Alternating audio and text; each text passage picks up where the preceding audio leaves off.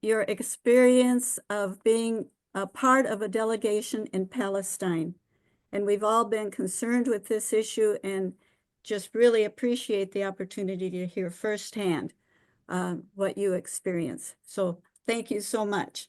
And I also want to comment on the fact that in her social justice work as social justice promoter for her community, she is a great advocate for the getting rid of the death penalty. And I just want to thank her for that work and commend you for it. So Thanks, thank Beatty. you. Thank you, Beatty. And thanks. I'm so glad to be here. Thanks for inviting me. Thanks for those on Zoom.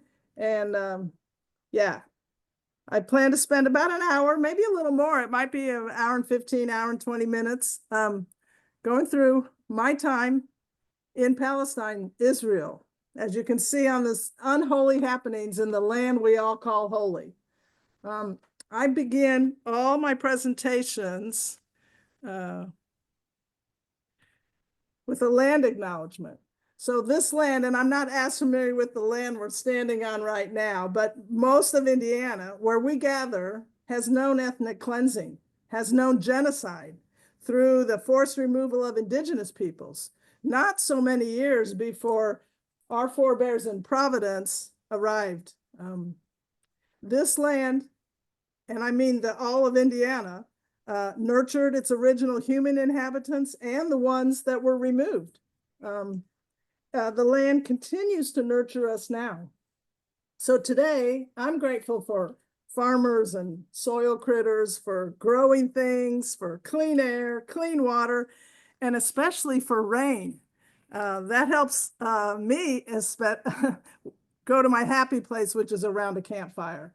And when there's a burn ban, when there's not enough rain, farmers are disadvantaged, and so are people like me that like to be outside around a fire.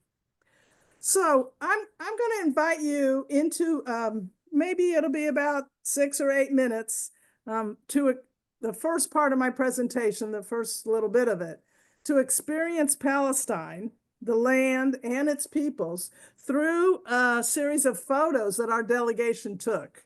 A variety, they're not professional. It's just what we took during our time there.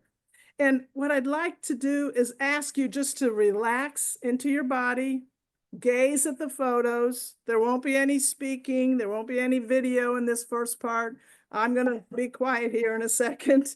And just perhaps take a few deep breaths, kind of settle into your seats, and just see if let these photos enter into you, speak to your heart, just gaze at them. We might talk about some of them later, but for now, just let them enter into yourself, into your body, into your heart. As Pema Chodron says, a Buddhist monk, she says, let the things that enter your life wake you up.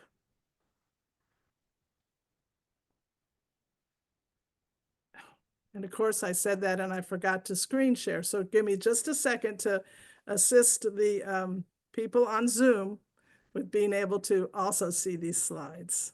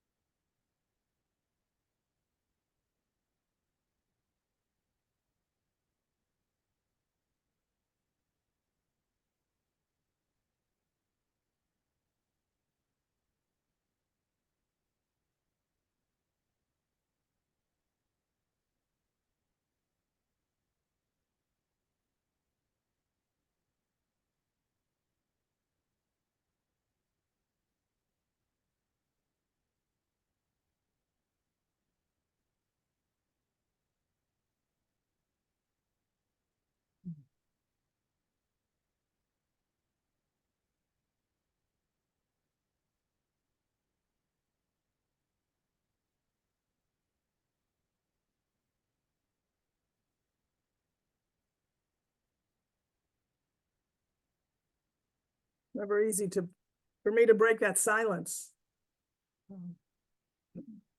I will just repeat Pema Chodron's quote. Let the things that enter your life wake you up. And this is what has happened to me while I was in Palestine, Israel, from the end of August to the first part of September. I'm going to use this kind of interlude to show a video. It's an animated video that I think will be a good way to kind of move into then my part, our experience, and some real life stories of persons, and to hear from them about their current experience. This video comes from, yes, Jewish Voice for Peace. Maybe it's an organization some of us are familiar with. They've been a solid reputation for justice around this country and other countries. Jewish Voice for Peace. They go by JVP, is their kind of the acronym that many of us use to identify them. Jewish Voice for Peace.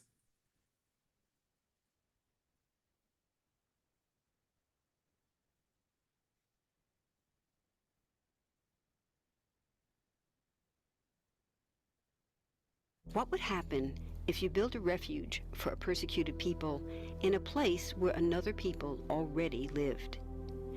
In the next few minutes, you'll learn why this moral quandary is at the root of the struggle between Israelis and Palestinians, and what you can do to help achieve a just peace for everyone in the region.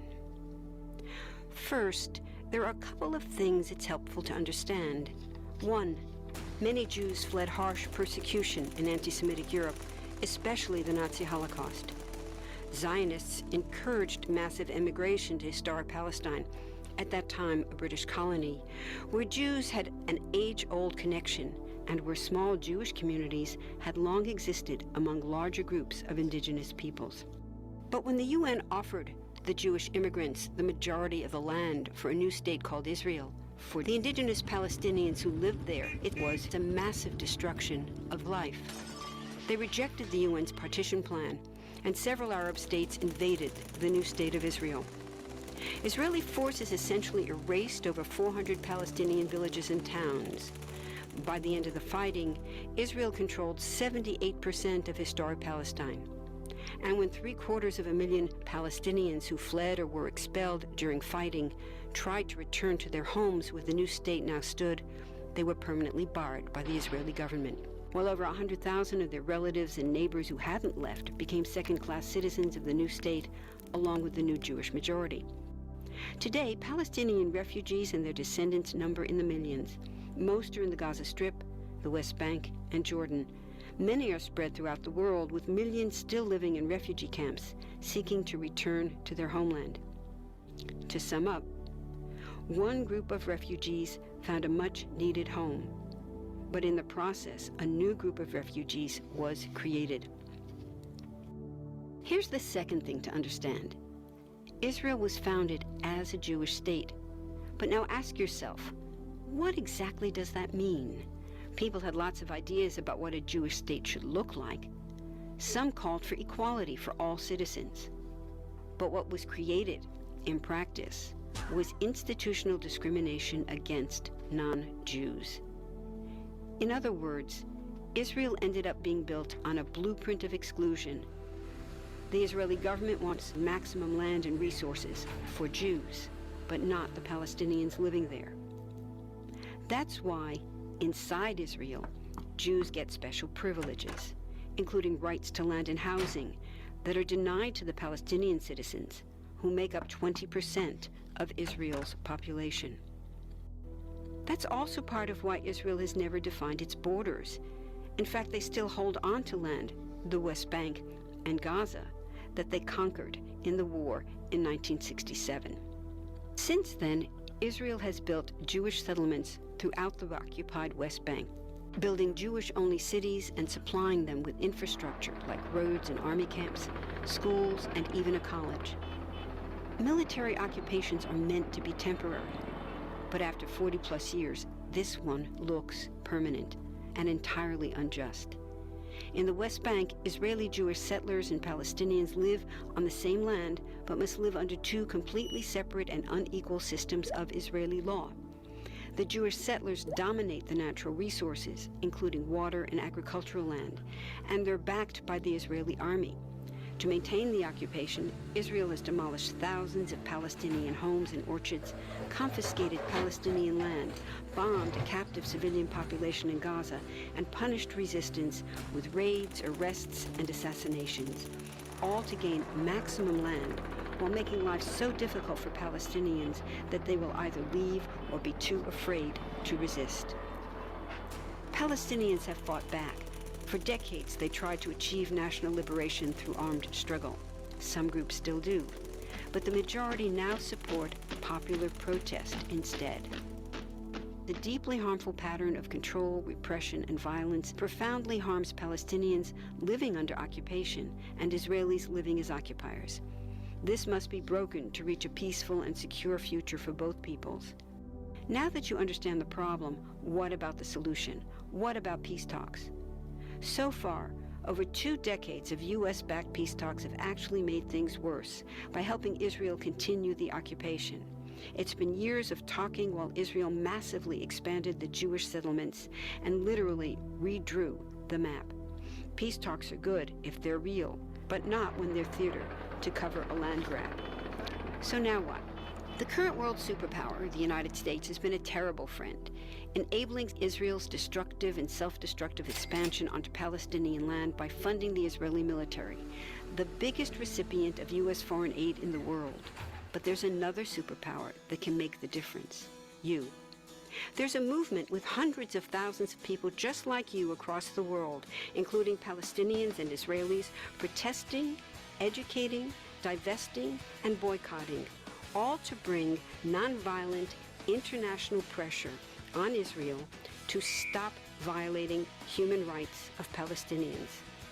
Throughout history, where governments have failed to push for justice, people just like you, like us, have taken the lead and won. Now it's the Palestinians' turn for freedom and justice. We can pressure Israel to end the occupation and the discrimination. We want all people, Jews and Palestinians, to have equality, human rights, and democracy. We can change history. Join us.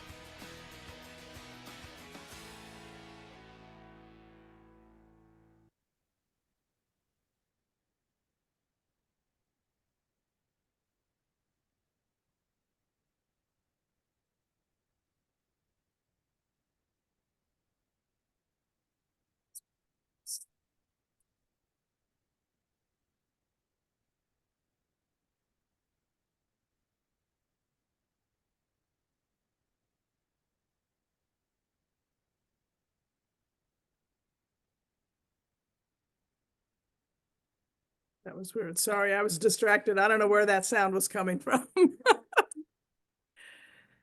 Yeah, so I shared that video as an introduction to the slide set now that I'm about to share and talk about as our experience, my experience, our delegation's experience while in Palestine. And I would like you to ask your questions as you come upon them. I'd rather don't, just, it's a small enough group, just raise your hand. Those on Zoom, maybe you'd have to say something out loud or something. We'll be listening for you. But I think it's just as fine to just go ahead and ask me outright.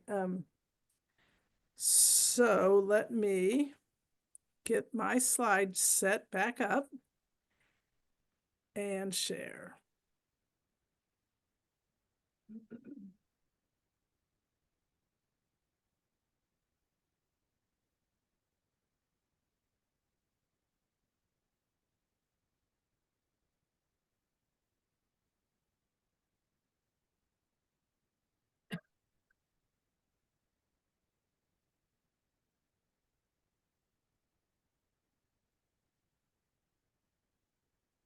So here we are. That was the entire congregation, delegation, the first night that we were all together. Some of our delegation are Israeli citizens, dual citizenship, US and Israeli. Some Jewish rabbis, Catholic sisters, Methodist ministers, Methodist lay leaders, Muslim, Buddhists, a Baptist minister, several like campus ministers on Catholic colleges. So it's a whole variety of folks, and 2 Muslim American women, both women. So we were a whole assortment. Christians for Ceasefire, Rabbis for Ceasefire were the 2 main organizations that organize the delegation. And then our host,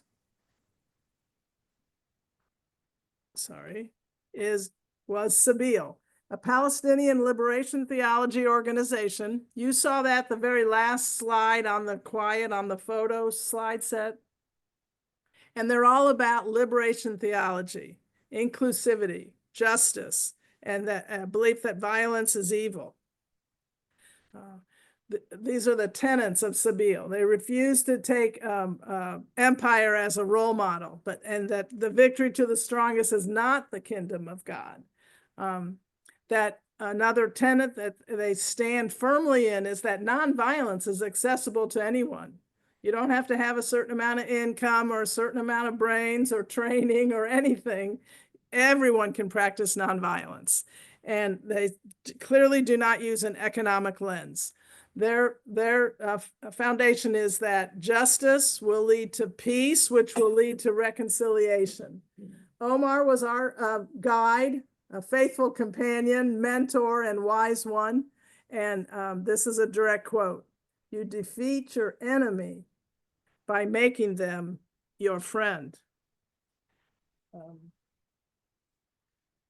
And these books, I can give the slide set to Beatty or to Jenny if you want to see this in your own leisure and spend more time with each slide. But this is a question that I think gets to the heart of the matter. Do you believe that some had the right to come and displace others? And do we have the right to say no? And I would interject there to think about what happened in the United States in the pioneer days, in the frontier days, what our ancestors, what the colonizers did to the indigenous people. What happened? They were moved into smaller and smaller places, pushed away. From down near Terre Haute began the Trail of Death, where Potawatomi and Lenape and Miami peoples were forcibly removed from what we now know as the state of Indiana to make way for other people. So when you think about how that happened here in this land, and then you ask this question, do you believe that some had the right to come and displace others? And those that are there, do they have the right to say no? And then do we believe God grants land? I'm not answering those questions. I'm just posing them for us to consider. So I share this photo, and especially in the upper left-hand corner. Israel is about the size of New Jersey, all of Israel, what we know as historic Palestine, all of New Jersey. The West Bank is about the size of Delaware. And then the Gaza Strip, a little bit of it's showing here in the lower left-hand, I guess it's your right-hand corner. No, your left-hand corner. Gaza Strip's about the size of Detroit. Think of all the pain and destruction and loss of life that's happening in these really small places. This is a map of the same location on the planet.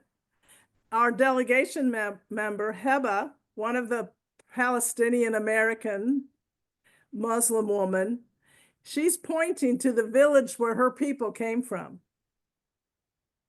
They fled, her would-be grandparents now. In 1948, they fled for their survival. They're not allowed to come back in. Like the animated part indicated, they can't They can't cross the border from Lebanon to come back to their home, to their home village. They're not allowed.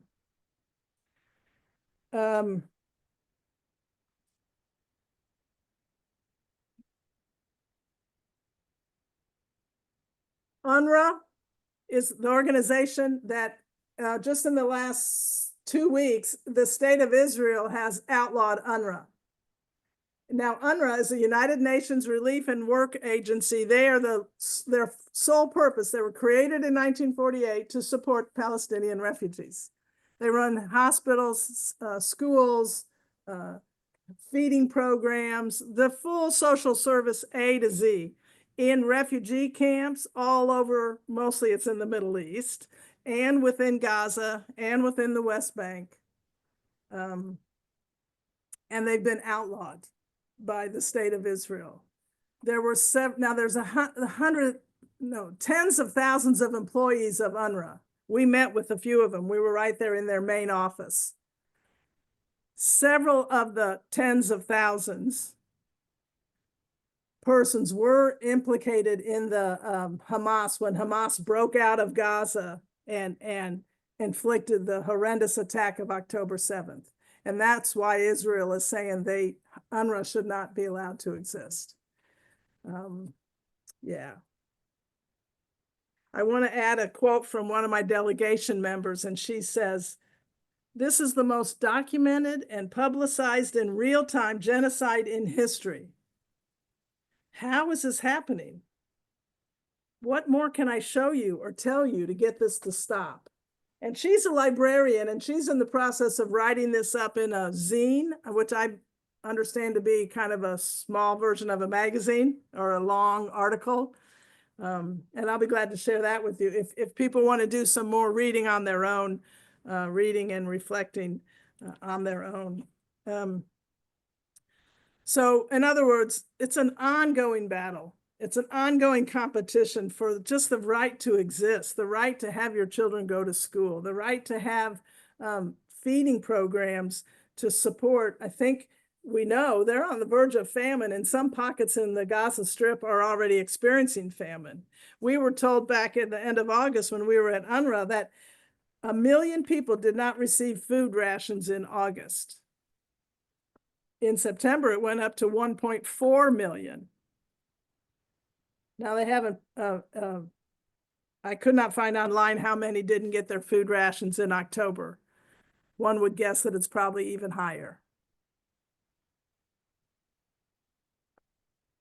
I'm going to go through just several places where we went and highlight some stories. So here, the Armenian Quarter, what's called the Cow's Garden, you can see that, again, there's this destruction happening. Some of their facilities have been torn down by bulldozer. This is in the old city. This is within, eyesight of, within Jerusalem.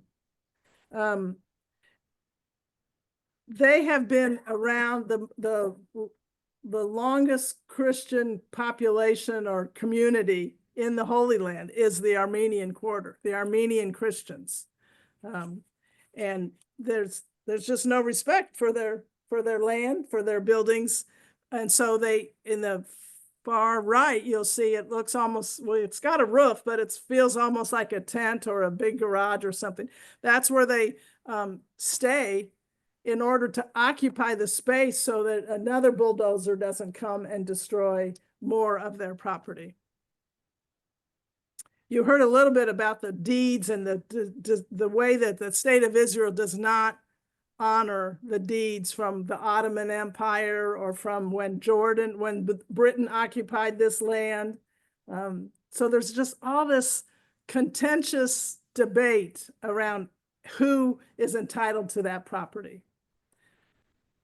Silwan, a neighborhood, it was also in those photos, is a neighborhood very near Bethlehem.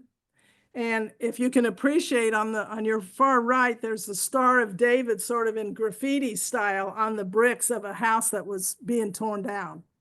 And here's the effects of what happens when the demolition is accomplished. And the whole entire village of Silwan, neighborhood of Silwan, is under demolition orders,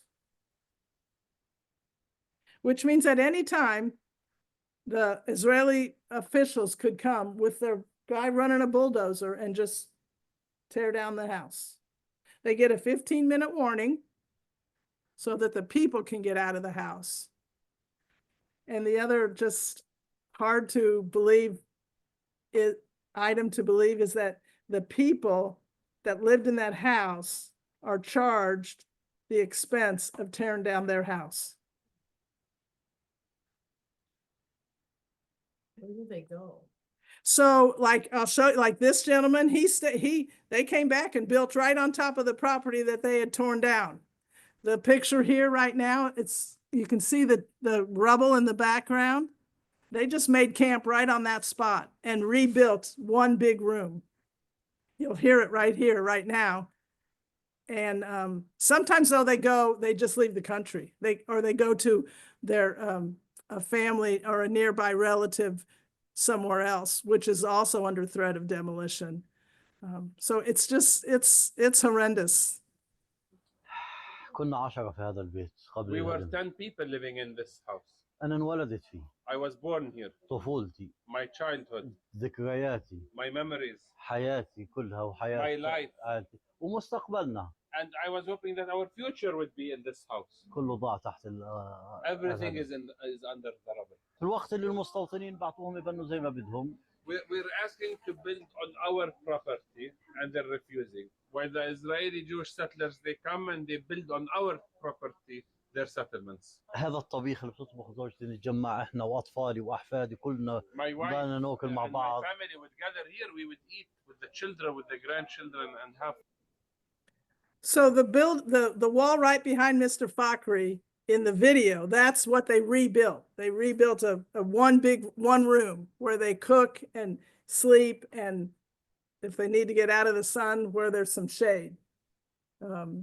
They fed us. Every place we went, we got fed. You know, it's just hospitality the world over. They want to feed you. They'd hand us coffee every place we went, no matter morning, noon, or night. Yeah. It's just amazing to think of the pressure they're under. And like the note says, this is actual, I'm not making these things up. Antony Blinken's support staff, I don't know the man's name, a week after that person visited Mr. Fakhri, because he's high up in the Silwan, municipal government. A week after they visited, that's when his house got demolished.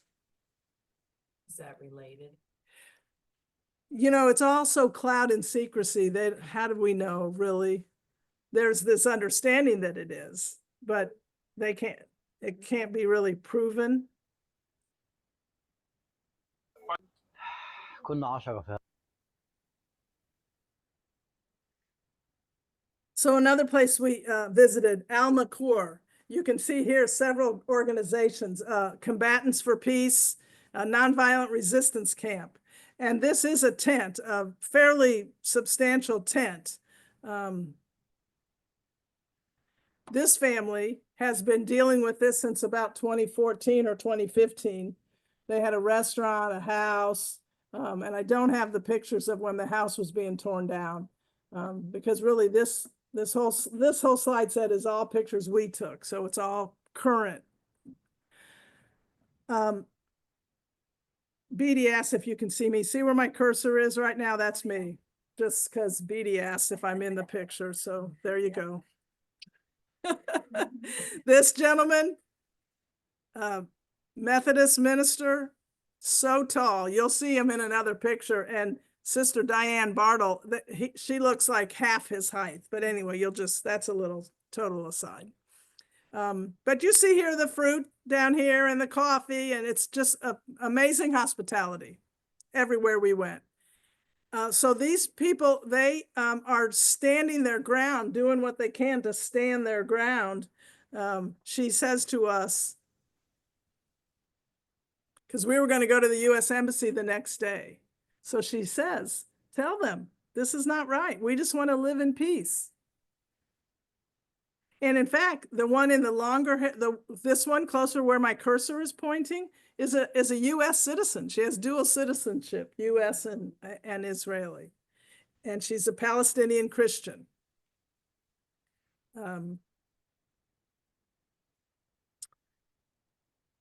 So I wish I had sound, but we didn't catch the sound fast enough. But we're on the bus, on the way to the Gaza border when we hear the bombs, and you can see the curls of smoke.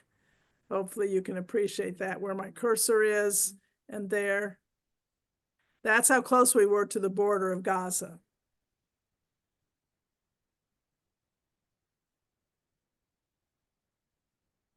I forgot to say at the beginning of the spoken part of this, Omar made it very clear this is a one-sided tour. This time, our pilgrimage was for those who believe in human rights and international law. And I think seeing this curls of smoke and hearing the bombs reminds me how international law is being disrespected right now in this place. So after we heard those bombs, saw the smoke, we stop at this kibbutz. This kibbutz is so close to Gaza. This is one of the kibbutzes that was attacked on October 7th of 2023. And they lost people, some from the Hamas attackers, some from the Israeli response to the attack. What do we call that around here? Friendly fire, whatever. You know, war has all kinds of casualties. The man, where my cursor is, the man holding his hand in his, kind of in his head in his hand, is Avi Dabush. He lost family on October 7th. He himself was taken hostage and then released rather quickly. He spoke to us, as did this they're both members of Rabbis for Human Rights. This man's name is Anton Goodman. And then in the middle is the Sheikh and Hassan. I'm just going to say Hassan because I don't know how to pronounce his last name. So it was really tough for some of our delegation members to drive onto this kibbutz. The kibbutz is part of the Israeli settlement process. And so there's this tension of, okay, these are the very kind of people, the very kinds of situations where they're claiming land, taking land away from its previous occupants. So I go back to what Sabil told us at the beginning. It's you win over your enemy by making them your friend. You know, it's about building relationships. So even here, we go into this space where some, especially our Jewish delegation members, had real almost trepidation. And some of the Muslims too were like, can I peaceably sit there and listen to their presentation? And they did come in and listen. So it was a whole range of experiences as we went through all of this. So after that time in that kibbutz, tell me again when we're supposed to be over? 4:30 or so. So here we had this multi-faith prayer vigil at the crossing into Gaza. We did not get into Gaza. That's another thing I wanted to make clear. Here's the picture I was talking about. That is not made up. That is just a straight on. That's not like from below or anything. That's Diane Bartle. She's a gray nun, sister of the gray nun, or a gray nun. Yeah. She probably was the eldest of she was the eldest probably by a good 10 or 15 years of our delegation. This is our one of our kafiyas that we used as an altar to put our prayer items. There's a litany of nonviolence. Are we familiar with our litany of nonviolence here, Jenny? They might be from previous times. I didn't think to bring any with me, but that was my contribution to our prayer space right here at the Gaza crossing, was our litany of nonviolence. There's various things there. Somebody brought a Lady of Guadalupe. They're just different things we put down there as we started this prayer. You can see Interfaith Voices for Gaza, Burmese Buddhists Against Violence. Oops. Many Face for Gaza. This Hindu says, stop the bombs. A well-used prayer booklet, I'd say. Yes. Barb, I was just thinking of, I've heard so often about checkpoints. Uh-huh. Did you experience that kind of thing too? We did, and I don't know if I repeated a picture, but if you can think back to the quiet time of the presentation, there was a picture with a woman with a machine gun, an automatic rifle, and the yellow things you can't run into, and the little booths. That's a checkpoint. Earlier, there was a woman walking through what I associate with swimming pools, to keep little kids out, that it's like a thing you have to push through and the bars go through the bars. Mm-hmm. That's a checkpoint. Yeah, we experience a lot of checkpoints. And in fact, yes? Was that allowed? Nobody gets into Gaza, and you know what? Nobody gets out either. Gaza is known by most, now the Israeli government probably would not agree with this characterization, but scholars and authors, is the world's largest open air prison. The people in Gaza can't leave, and those of us not in Gaza, very few people can get in. Like UNRWA that I talked about serves the people in Gaza, but even those workers have a hard time when they have to cross back into the West Bank or the rest of the occupied territory. Say again, is Gaza the size of what? Gaza's the size of Detroit. The Gaza Strip. It's the size of Detroit. I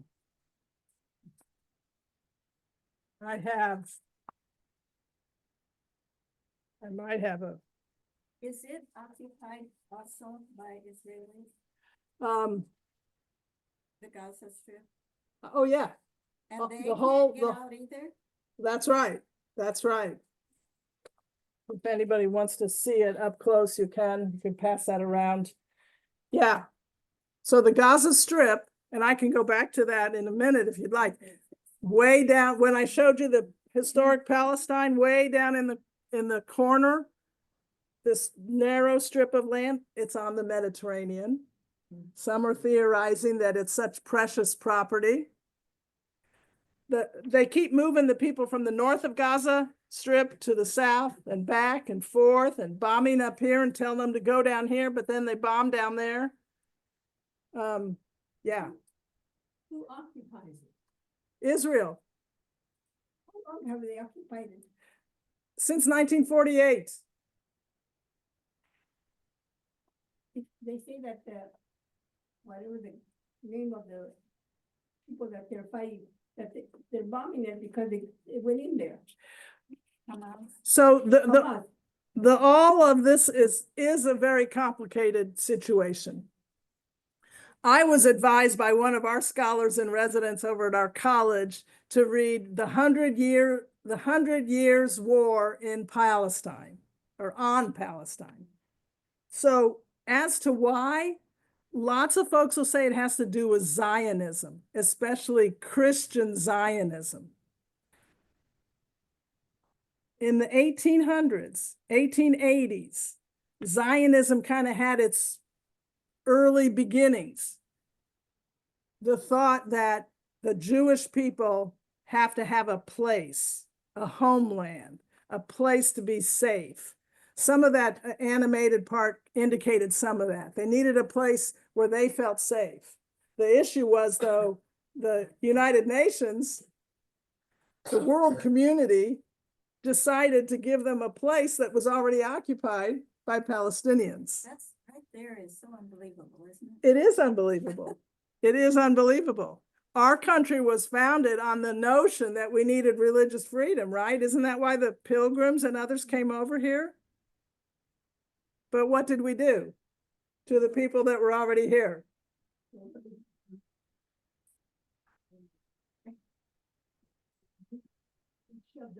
Yeah, and that's what's happening here. really Gaza, controlled by, Israel. it never was under control of the Palestinians. Not since 1948. Before 1948, the whole of the historic Palestine, it wasn't called the Gaza Strip. There is a town called Gaza City. There is a town called Jenin and Bethlehem and all these other places in the West Bank. But it was only after Israel was given by the United Nations, by the world community, this state. Remember that video of the blue and the green borders and how all that kept changing? Yes. Sister Barbara, Yes. could you please repeat questions for the people here so that they know what the folks there are Oh, thank asking you. Thank you. Thank you. Thanks. So the question was, what was the question? Gaza has Gaza always been who occupies Gaza? Israel occupies Gaza. The Palestinians live in Gaza, in the Gaza Strip, as prisoners.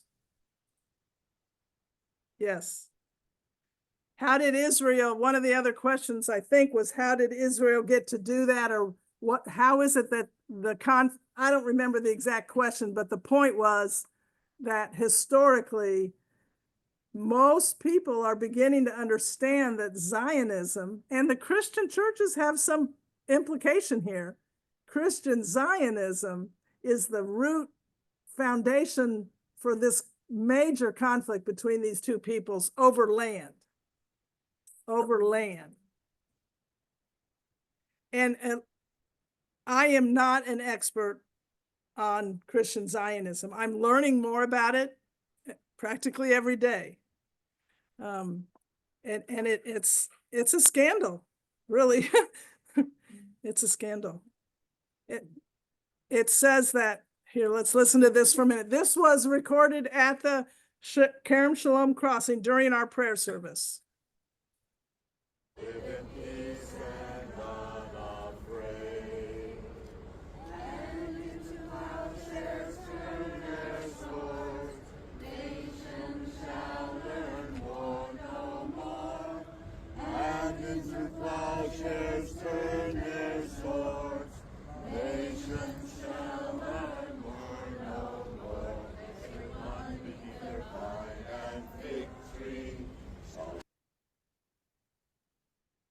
I stopped it there because I wanted you to see the man in the front with his hands outstretched. He was our bus driver.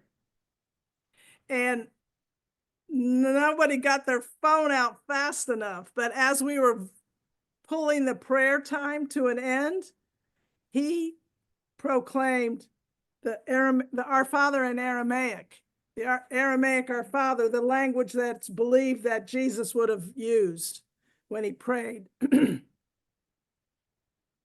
His name is Hannah.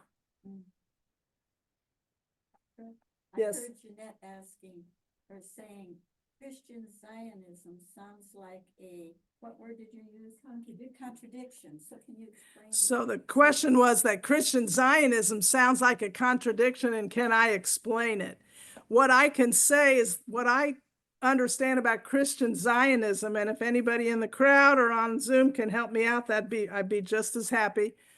Christian Zionism is part of it is the belief that Jewish people, the chosen people, need to have a place where they come together for the second coming of Christ to happen. You've heard of Christians United for Israel. CUFI is the acronym. Christians United for Israel. Someone should look that up and we could learn about that too. It's really a radical kind of Christianity that says the Jewish people need to come together, be in a place, and then obliterated so that Christianity can mount, flower, survive, be the victor. I know it's hard. It's a big contradiction, which is why Sabeel, a Palestinian liberation organization that with Christian roots, is very much about teaching about nonviolence, very much about saying, you know what? Zionism has no place in Christianity, for one thing. It's an aberration of Christianity. I think it's fair to say, and again, I am no expert, so help me out here if I say something that's totally incorrect. There are any number of strains of Christianity right now that are flowering in this country that are very much about pushing certain people away. Oh my God, you're married to another woman. Oh my God, you practice this. Oh, you use birth control. Oh, you do this. You're too much of a sinner. You're not welcome here. You don't tithe enough. You're not welcome in this church. It's an aberration of Christianity. So here's where the sheikh gave us, again, fed us under a tent, and some of the packaging and repackaging we did. There was, on October 2nd, there was 100,000 metric tons of food supplies stranded outside Gaza. 100,000 metric tons, according to UNRWA. The state of Israel is not happy with UNRWA because they keep pointing out all these glaring inconsistencies, not following the Convention on Human Rights, not following UN or international law, and actually the United States not following our own policies about supporting organizations or governments that don't follow international law. I know I have to kind of move along. It's 4:23. That's okay.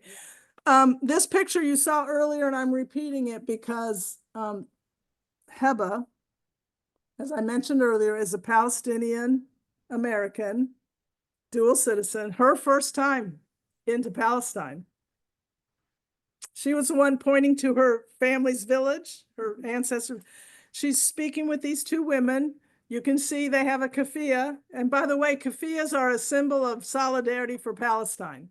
No matter what color now, they can be red, they can be black, they can be multicolors. I've seen them gold, I've seen them green, doesn't matter. The keffiyeh is a symbol of solidarity with Palestine. Spell that word, please. K-E-F-F-I, come on, help me out, Susie. K-E-F-F-I-Y-E-H, maybe? Yeah. And it's the scarf. It's this, yes, it's the scarf.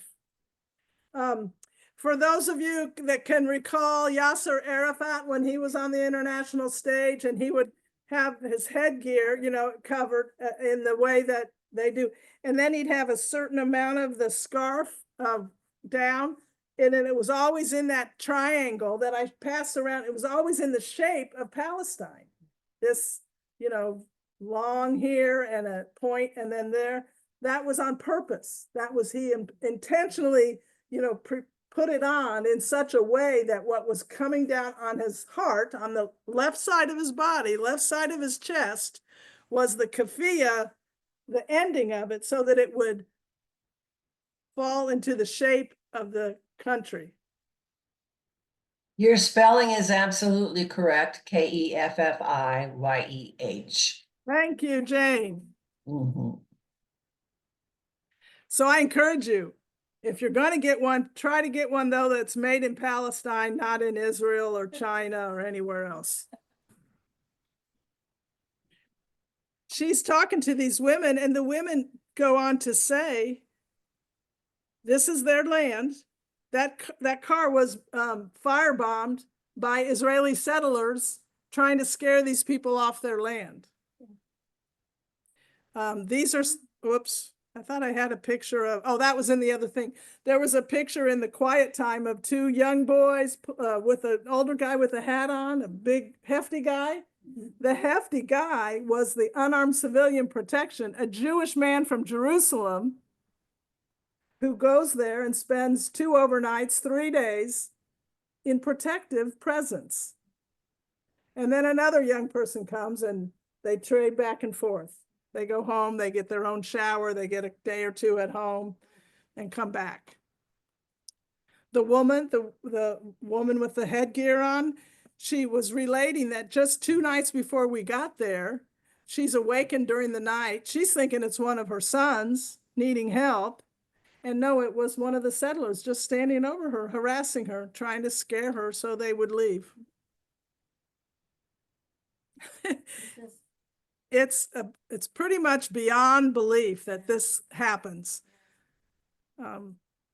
So here we are at the U.S. Embassy with red children's paint on our hands. Blood on our hands was the image, the message we were sending. And then our shirts say, arms embargo now, ceasefire now. We were up there on the sidewalk in the upper right-hand corner. You can see us along the sidewalk. Our U.S. Embassy called. They received 6 people. That embassy appointment before we ever left the country. I was the one who volunteered to make those connections. Only the day before the delegation, the day before we got to the embassy was when that got confirmed. So it took about 8 to 10 days to get it confirmed. When can you receive us? I believe you. Well, so, and it wasn't the ambassador, it was a staff person, which, you know, that happens. Schedules are tight. So the rest of us are out there. The embassy called the police on us. Our own embassy, on U.S. citizens, on embassy property, on the sidewalk, calls the police on us. For just standing. Yeah. Sending a message, clearly.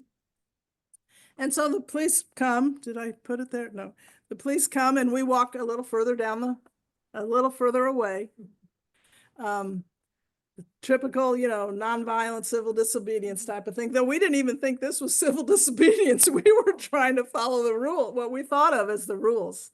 SOA stuff. Right, SOA stuff.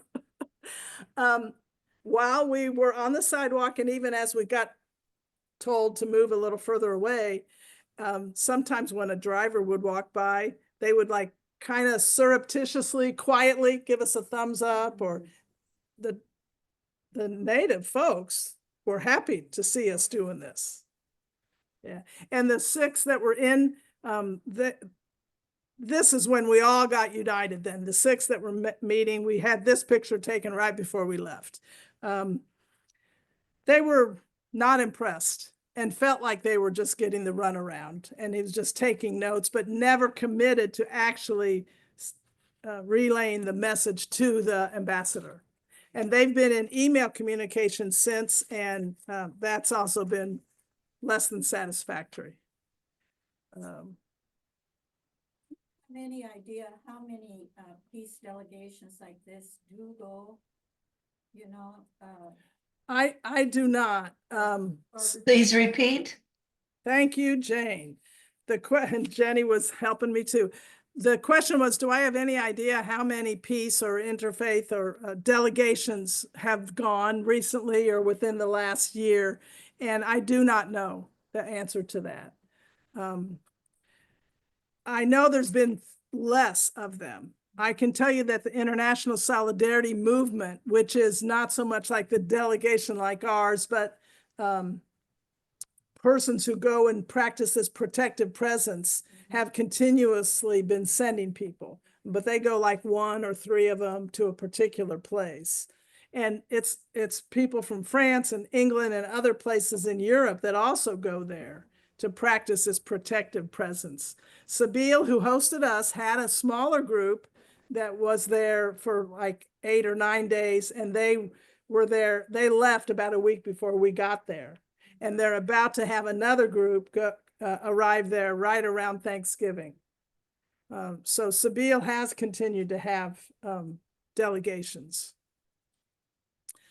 I think I shared this because this is a land where they're not allowed to build on the property. They can't put up a tent or a protection for their animals or a farm shed. It's olive groves and orchards. So that this is inside a cave. If you can appreciate that those walls painted white and blue, that's an actual cave. It's an underground place. That's where they meet. That's an office basically. And he wants to prove, that nonviolent resistance actually works. This is a whole group of human rights advocates, organizations that were outlawed by Israel. They were deemed terrorists. Defense for Children International, the Bisan Center for Research and Development, the Union of Palestinian Women's Committees. These are terrorist organizations according to the State of Israel. The Union of Agricultural Work Committee. So we met with them and they gave us their, a short presentation of what kind of work they're about and how they're continuing to do the work, even though they're outlawed. Leanne, I mentioned her, I think, in our time. I'll have to get going soon, don't I? When's my 5-minute warning? Is it now? Sure. Oh, Barbara, yes. what can you tell us about Hamas? We hear that they're hiding with among the people and all that. Is there anything the people themselves that could rebel against the Hamas, or what is that situation? So it's hard for me to speak about Hamas. It's kind of like I've been part of the group that goes down to the School of the America and tries to get our government to quit arming Central and South American guerrilla warfare types. Hamas is a group of Palestinians that are fighting against the occupiers, but I can't say much about how they organize. I can tell you that back in I think the early 2000s, Hamas was granted, they were part of the government to help manage the occupied territories of Palestine, to help manage the Palestinian Authority or the Palestinian governmental agencies. So in a way, in a way, there are two wars going on. What's going on with the poor people in Gaza, but then you were outside were you in Israel, along Israel, the wall of Israel, and that's Israel's settlers are the ones that are destroying all these homes and displacing people. So there's kind of that is going on at the same time that the poor people in Gaza are being killed. Is that right? Well, I would back up a couple to say that when you think of historic Palestine, I'm going to use a phrase that some people don't like to hear, from the river to the sea, from the Jordan River to the Mediterranean. That is historic Palestine. The whole thing. The whole thing. The West Bank, the Gaza Strip, East Jerusalem, West Jerusalem, and the land in between the West Bank and Gaza Strip. That is Israel. Israel occupies all of that. Israel occupies the West Bank. Israel controls the Gaza Strip. Not many Israeli citizens want to live in there because it's horrendous. It's like one big refugee camp, although technically there's several refugee camps within the Gaza Strip. It's all Israel, the state of Israel, and it's all historic Palestine. Like kind of clear as mud, eh? Yeah. What I can understand is that they're destroying Gaza because they say the Hamas are in there. How did they get in there? Hamas it's like saying, what's the name of that organization back in the 60s that was active in this country that was not espousing nonviolence? Symbionese Liberation Army. Does that ring any bells? Yes. Yes. Okay. So that was about armed resistance. It wasn't what Martin Luther King was proposing in terms of nonviolent. It wasn't the civil rights movement that was about bus boycotts and sitting at lunch counters. It wasn't that. It was another way to bring equality to the persons of color. Hamas is a part of the Palestinian people. They're a group that has decided a different way, not the fourth way I just mentioned in the slide before this, not the way of Sabeel, not the way of liberation theology, not the way of nonviolence. They've decided they are going at it altogether differently. Think of our Revolutionary War. There was nothing nonviolent about that.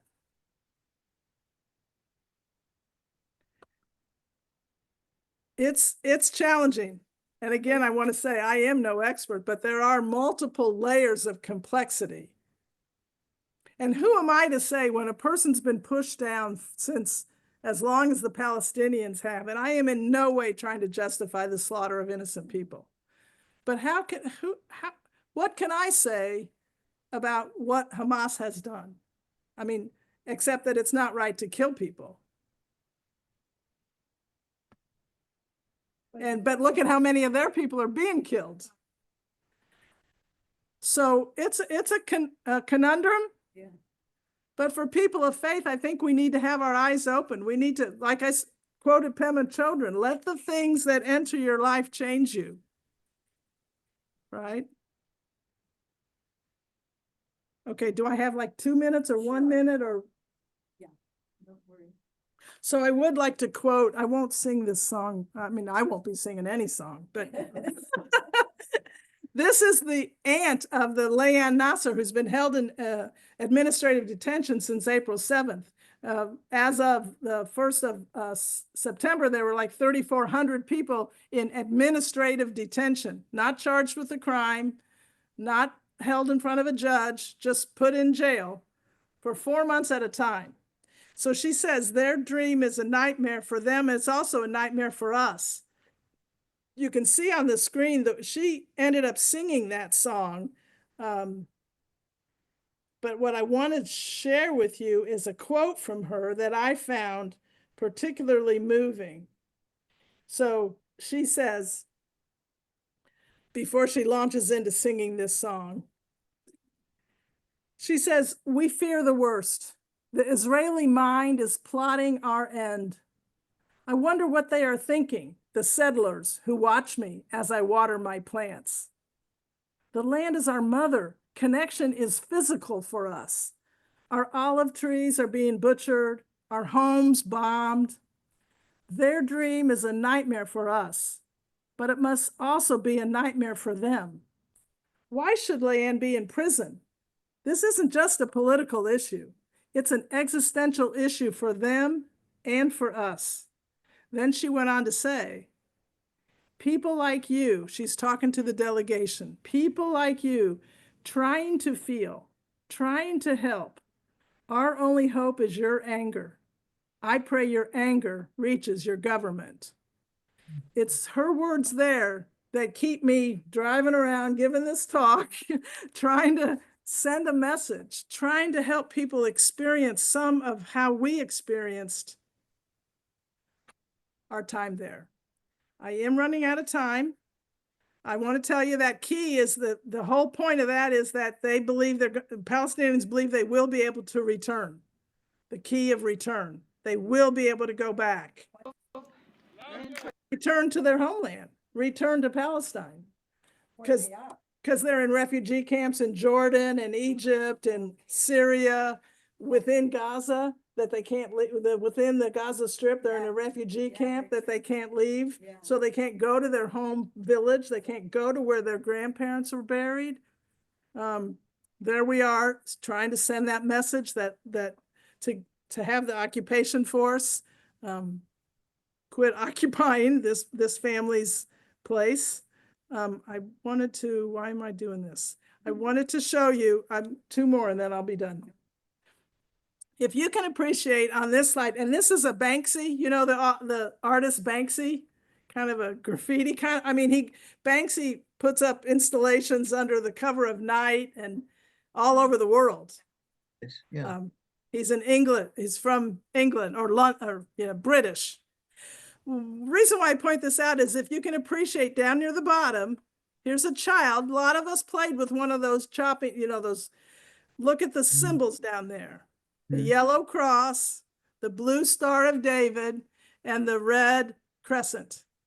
Muslim, Jewish, Christian.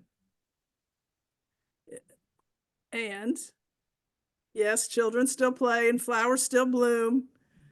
That was our last night in Madaba, the town in Jordan where we landed and flew away from.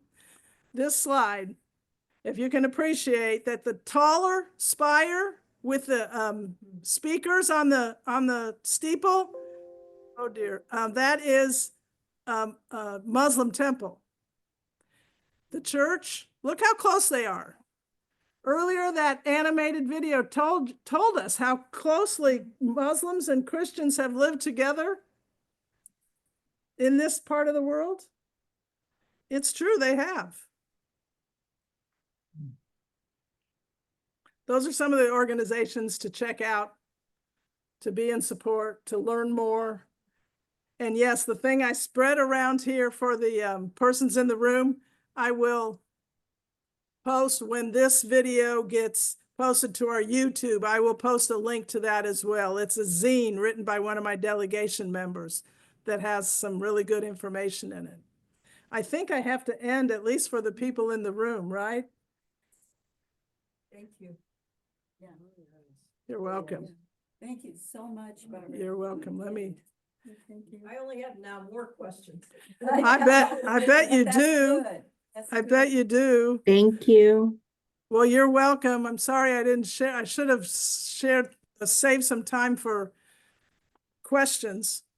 And one of our workers here, her husband just returned from Palestine. Great. No, I don't know which section, but he was at a tour there. So I want to find out more what delegation he was with. Yeah. So one of the workers here at Heritage Point or Warren Village, what's it Heritage called? Point. Heritage Point. One of the workers here, her husband just returned from a delegation.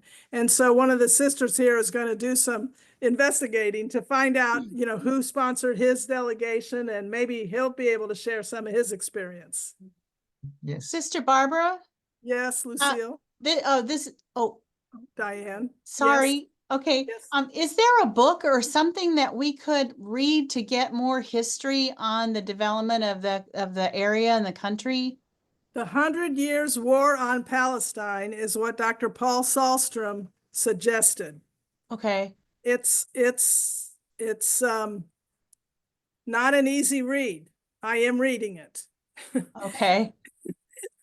It's a complicated history, and this has been I've seen that book recommended in other reading lists from other organizations. So it's solid, scholarly, factual, with the behind the scenes sort of reasoning behind. It follows, I think, 4 generations and maybe even a 5th, an earlier generation of Palestinians in this part of the world. The Thank 100 you. Years War on Palestine, and I cannot recall the author, Khalidi. I don't know if that's the first name or the last name. Okay. the Oh, here last it is. name. 100 It's- Years War. Okay. I just posted it. Thank you, by Rashid Khalidi. Thank you. You're welcome. Good question. And can we look your name up in this kind of a presentation?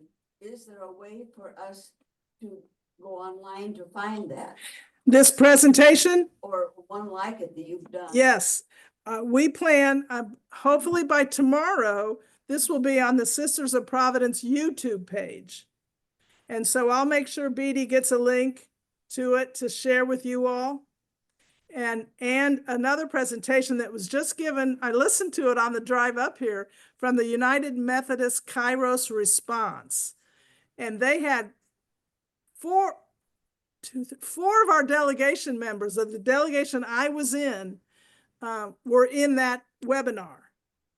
That's where I learned that animated video that I shared in between the 2 slide sets. We will also be publishing a podcast in January, and it'll be a conversation with Sister Barbara and her experiences on the ground. Thanks for that reminder, Susie. Yeah, so the Welcome. podcast, we'll make sure that you get the link to the podcast. Any other questions here in the room or in the Zoom rooms? Thank you, Sister Barbara. Oh, you're welcome. Barbara, I have a comment for you, which is you so ably, as you quoted yourself, talked about the multiple layers of complexity. This is such a complicated, involved, difficult thing to even begin to try to understand. And I resonate with the person who said, I have more questions now than I did when you started. And I think that says you did your job very, very well. Thank you. Oh, thanks, Alice. I appreciate that comment. Yeah. Yeah, we just keep learning. We just keep opening up to the next insight and the next challenge and helping each other along the way. So thanks everyone for your attention and for your interest. Because you know what? Talk to your family, talk to your friends. You might encourage someone to be on the next delegation. Or to find out more. And I would be remiss standing here if I did not say thank you to all of you, especially the Victorinox sisters I'm looking at right now, for supporting my participation in that delegation. It made a world of difference. So thank you. Thank you, Okay, Sister Barbara. You're Thank welcome. you. Bye-bye. Thank you. Thank you. Mhm. Uh-huh.